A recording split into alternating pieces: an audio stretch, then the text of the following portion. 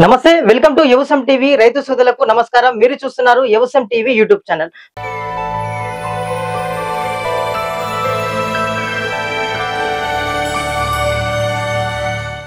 Present మనం జమ్మికుంట పరిధిలో KVK శాస్త్రవేత్తలతో మనం ముచ్చటించే ప్రయత్నం చేస్తున్నాం. అందులో భాగంగానే రైతులకు కావాల్సినటువంటి సలహాలు సూచనలు తెలియజేసే ప్రయత్నం చేస్తున్నాం. ప్రజెంట్ ఇవాళ మనం ఎంచుకున్న టాపిక్ ఏంటంటే ఉద్యానవనకి సంబంధించినటువంటి టాపిక్, బెండకు సంబంధించినటువంటి టాపిక్. ప్రజెంట్ అయితే వాతావరణం అంతా రైతులకు సమకీలంగా ఉందని కూడా మేము భావిస్తున్నాం. దానిలో భాగంగానే చాలా మంది రైతులు కూడా ఉద్యానవన పంటలను కూడా సాగు చేస్తున్నారు. ప్రజెంట్ అయితే బెండకు కూడా చాలా మంది రైతులు మొగ్గు చూపుతున్నారు. ఇదే విషయానికి సంబంధించి అసలు బెండ ఎప్పుడు వేసుకోవాలి, ఎలాంటి రకాలను వేసుకోవాలి, ఎప్పుడు తెంచుకోవాలి, ఎలాంటి జాగ్రత్తలు పాటించాలనేది సీడ్ టు సీడ్ మనం ఇప్పుడు తెలుసుకునే ప్రయత్నం చేస్తున్నాం. ప్రజెంట్ మనతో పాటు కేవీకే జమ్మికుంట ఉద్యానవన శాస్త్రవేత్త వేణుగోపాల్ సార్ ఉన్నారు. వారిని అడుగుదాం, మరిన్ని విషయాలు తెలుసుకుందాం. ముందుగా పరిచయం చేసుకునే ప్రయత్నం చేద్దాం. సార్ నమస్కారం. సార్ ఎలా ఉన్నారు సార్? బాగున్నానండి. ఓకే, మొత్తానికి కేవీకే జమ్మికుంట ద్వారా అయితే రైతులకు సలహాలు సూచనలు అయితే అందిస్తున్నారు సార్. ఓకే, ప్రజెంట్ రైతులంతా కూడా వ్యవసాయ పనుల్లో నిమగ్నం అయ్యారు. ముందుగా ఉద్యాన పంటలు అనగానే గుర్తుకొచ్చేది మనకు బెండ. సార్, బెండకు సంబంధించి మనం డిస్కస్ చేద్దాం సార్. అసలు ముఖ్యంగా బెండ అనేది ఇప్పుడు మనకు సాగుకు అనుకూలమేనా అంటే మీరు ఏం చెప్తారు సార్? ప్రస్తుతము బెండ సాగు అనేది చాలా అనివార్యమైపోయింది. ఎందుకంటే రైతులందరూ కూడా ఈ యొక్క బెండ సాగు చేయడానికి గల కారణం ఏంటంటే, అంతకుముందు తీగజాతి కూరగాయలకైతే ఏ విధంగా అయితే సంవత్సరం పొడవునా మనకు లాభాలు ఆర్జించే రైతులు మనం గమనించాము. అదేవిధంగా బెండ సాగు చేసే రైతులందరూ కూడా ప్రస్తుతము సంవత్సరం పొడవునా కూడా వాళ్ళు మంచి లాభాలను ఆర్జించడం జరుగుతూ ఉంది. ఈ విషయాన్ని మనం గమనించడం జరుగుతూ ఉంది. దీనిలో భాగంగా ఇప్పుడు ప్రస్తుతము బెండ వేయడానికి, అదేవిధంగా సంవత్సరం పొడవునా వేయడానికి ఒకటే ఆలోచన అండి. మనము ఎవరైనా సరే, రైతైనా సరే, అధికారైనా సరే చెప్పాలనుకున్నది అంటే, రైతుకు అధిక దిగుబడి, అధిక లాభాలు పొందాలంటే మంచి పంటను ఎంచుకోవాల్సిన అవసరం ఉంటుంది. దానిలో ముఖ్యంగా ఉద్యాన పంటలో రైతుకి కొంచెము ఆరుతడి పంటలాగా ఉండేటువంటి ఒక కూరగాయ పంట ఏదైనా ఉందంటే అది ఖచ్చితంగా బెండ అని చెప్పవచ్చు. దానిలో భాగంగా మనము ఈ యొక్క బెండ సాగులో ముఖ్యంగా రైతులు సంవత్సరం పొడవునా వేసుకునే ఈ బెండలో అంటే మనకు ఈ యొక్క బెండ రకాలు చాలా రకాలు ఉన్నాయి మనకు మార్కెట్లో. దాంట్లో భాగంగా మనకు కొందరు రైతులు వచ్చేసి మన ప్రైవేట్ హైబ్రిడ్స్ వేసుకొని జరుగుతూ ఉంటుంది. కొందరేమో లోకల్ దొరికే రకాలని కానీ, అదేవిధంగా రైస్ స్టేషన్స్ నుంచి విడుదలైనటువంటి అర్కాబై, అర్కానామికా కానీ, పర్బాని క్రాంతి నుంచి వచ్చినటువంటి మనకు మహారాష్ట్ర నుంచి వచ్చిన విత్తనాలు కానీ తీసుకోవడం జరుగుతూ ఉంటుంది. దానిలో భాగంగా రైతులందరూ కూడా ఈ యొక్క బెండ సాగు చేయడం వల్ల అధిక లాభం పొందే అవకాశం తప్పకుండా ఉంటుంది. సార్ ఓకే సార్, మీరు వివరించారు, బాగానే ఉంది. ప్రజెంట్ అయితే బాగా రైతులందరూ కూడా ఒక రకం అయితే ఎంచుకుంటారు. ఒకటే కాకుండా 2-3 రకాలు ఎంచుకుంటారు. ప్రజెంట్ ఉన్న తరుణంలో ఏ రకం అనేది ఇప్పుడు రైతులకు అందుబాటులో ఉంది, దాని వల్ల కూడా చాలా దిగుబడి వస్తుందంటే మీరు ఏం చెప్తారు సార్? అందరూ కూడా ఎక్కువగా మనకు మార్కెట్లో లభ్యమవుతున్న ప్రైవేట్ హైబ్రిడ్స్ ఎంచుకోవడం జరుగుతూ ఉంది. ముఖ్యంగా ప్రైవేట్ హైబ్రిడ్స్ వచ్చేసి ఎకరానికి 1 కిలో విత్తనాలు తీసుకొని మనము రైతు ఎకరానికి వేయడం జరుగుతూ ఉంది. అందులో ముఖ్యంగా ఎక్కువగా మనకు సెమినిస్ కంపెనీ శక్తి కానివ్వండి, మిగతా కంపెనీ నుంచి కొన్ని మైకో కంపెనీ నుంచి కానివ్వండి, ఈ యొక్క రకాలను మనము హైబ్రిడ్స్ని రైతులు ఎంచుకోవడం జరుగుతుంది. రకాల విషయానికి వచ్చినట్లయితే ఇవి ఎకరానికి 2 కిలోల చొప్పున అవసరం ఉంటుంది. దీనికి సంబంధించి మనకు IIHR బెంగళూరు నుంచి మనకు అర్కా అనామిక కానీ, అర్కాబాయ్ కానీ మన మార్కెట్లో ఉంది. అదేవిధంగా మహారాష్ట్ర నుంచి పర్బాని క్రాంతి కూడా మనకు మార్కెట్లో అందుబాటులో ఉంటుంది. విత్తనాలు విత్తుకునే ముందు మనం నేలను చదును చేసుకునేది ఒక టాపిక్ ఉంటుంది సార్. ఈ బెండకు సంబంధించి మనము నేలను ఎలా చదును చేసుకోవాలి, ఆ యొక్క ప్రాక్టీసెస్ ఒకసారి వివరించండి సార్.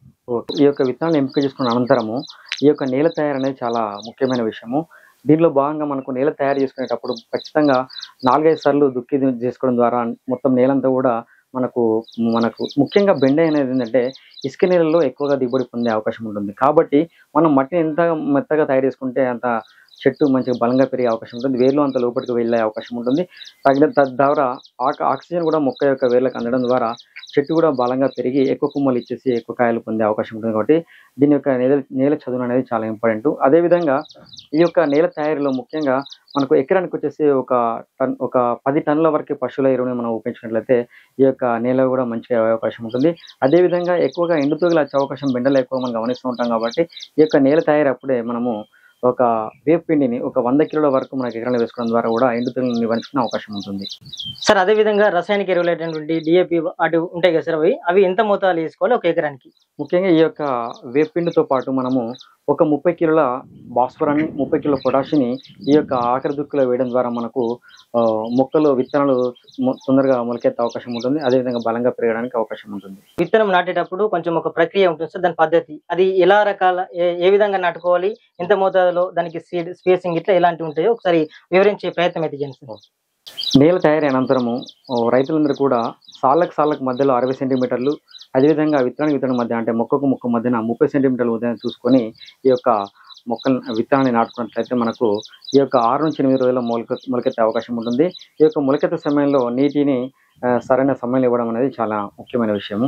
చీడపీడలు, తెగుళ్ళ సమస్యలు కూడా విపరీతంగా ప్రతి ఒక్క పంటను వెంటాడుతూనే ఉంటాయి. ఇక బెండలో వచ్చేటువంటి ఎలాంటి కీటకాలు వస్తాయి, ఎలాంటి తెగుళ్ళు వస్తాయి, మొత్తానికి ఓవరాల్ గా సస్యరక్షణ ఎలా ఉంటుంది, ఒక్కోసారి ఒక్కొక్క పాయింట్ ను వివరించే ప్రయత్నం చేయండి సార్. ఇంకా మనకు బెండలో సస్యరక్షణ తీసుకున్నట్లయితే ముఖ్యంగా మనకు బెండలు గమనించినట్లయితే మనకు ఈ యొక్క మొవ్వ తొలుచు మరియు కాయ తొలిచే పురుగుని ఎక్కువ గమనిస్తూ ఉంటాము. అదేవిధంగా మనకు దీనిలో తామర పురుగు, అదేవిధంగా పేనుబంకని గమనిస్తూ ఉన్నాము.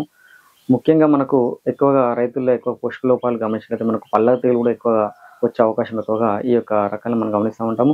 ఈ ముఖ్యంగా ఏంటంటే మనకు ఎక్కువ ఎండలు కొట్టినప్పుడు కూడా మనకు ఎర్రనల్లి ఈ యొక్క ఎక్కువ ఆక్రమించే అవకాశం ఎక్కువ ఉంటుంది ఈ యొక్క పంటను.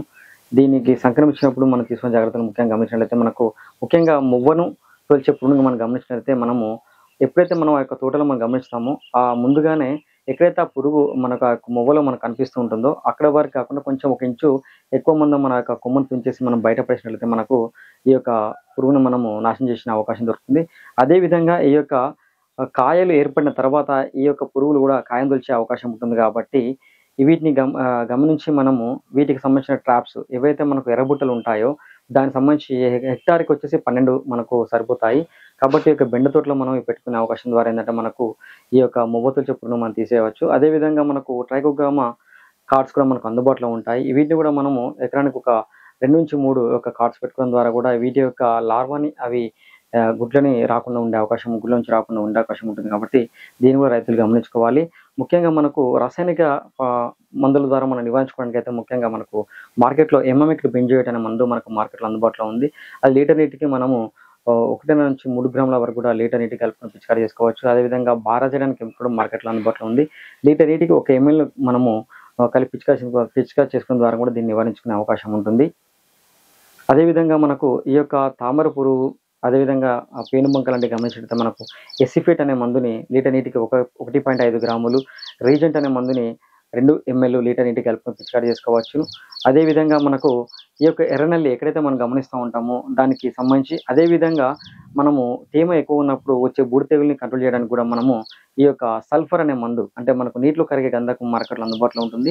ఇది లీటర్ నీటికి 3 గ్రాములు కలుపుకొని పిచికారీ చేయడం ద్వారా ఈ యొక్క ఎర్రనల్లితో పాటు మనకు ఎర్రనల్లి ఉన్నప్పుడు ఎర్రనల్లి పోతుంది. అదేవిధంగా బూడి తెగులు ఉన్న రోజుల్లో బూడి తెగులు పోయే అవకాశం ఉంటుంది. కాబట్టి ఈ యొక్క సల్ఫర్ అనే మందును మనం వాడుకోవడం ద్వారా ఈ రెండింటిని నివారించుకోవచ్చును.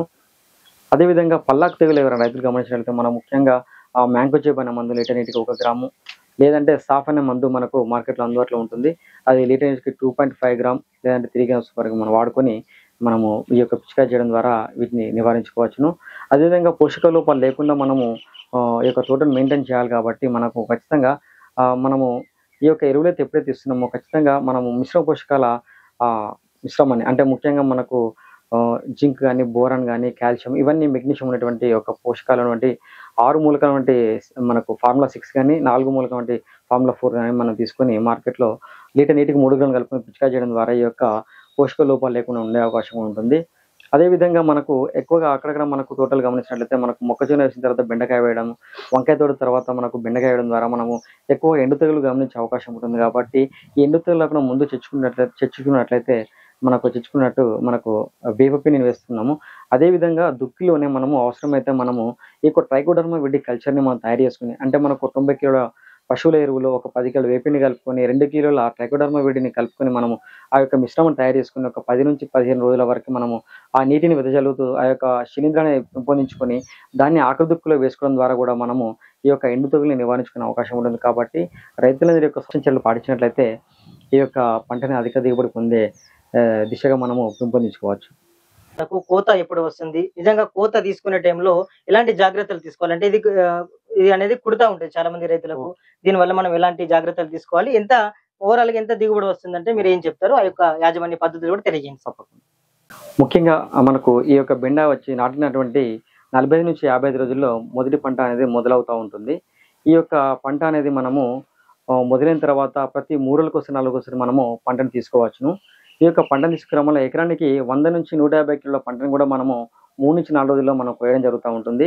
ఈ విధంగా మనము ఆ యొక్క కాయ మొదలైన తర్వాత ఒక 4 నెలలు అంటే 130 రోజుల వరకు కూడా మనము ఈ యొక్క కోతను తీసుకునే అవకాశం ఉంటుంది. ముఖ్యంగా మనకు 10 టన్నుల నుంచి 12 టన్నుల పైన కూడా దిగుబడి పొందే రైతులు మనకు అందుబాటులో ఉన్నారు.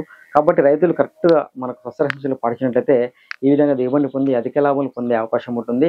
కాయలు కోసేటప్పుడు రైతులకు చాలా రకాలుగా మనకు ఈ యొక్క గోర్లు అనేవి గోర్లలో ఇరుక్కుపోవడం వల్ల కొంచెము వేళ్ళకి ప్రాబ్లమ్ రావడం జరుగుతూ ఉంటుంది.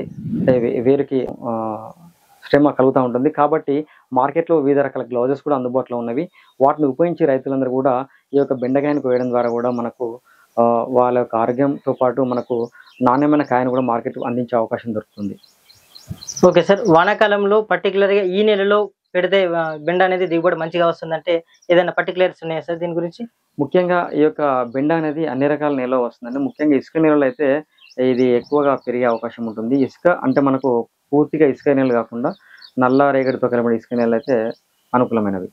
మొత్తానికి ఫైనల్‌గా బెండను పండించే రైతులకు మీరు చెప్పే సూచనలు ఏంటి సార్?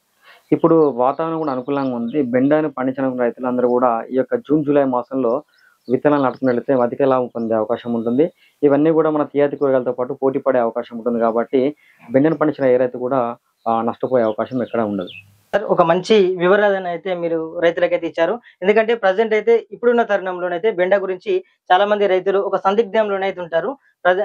నిజంగా చెప్పాలంటే ఒక వీడియోనైతే రైతులకు ఒక మంచి ఎక్స్‌ప్లనేషన్ ఇచ్చిందని కూడా భావిస్తున్నాం సార్. నిజంగా ఒక మంచి కార్యక్రమంలో మనం ఈరోజు పాల్పంచుకున్నందుకు ప్రత్యేకంగా ధన్యవాదాలు సార్. మీరు కూడా టైం ఇచ్చినందుకు special thank you sir. Thank you.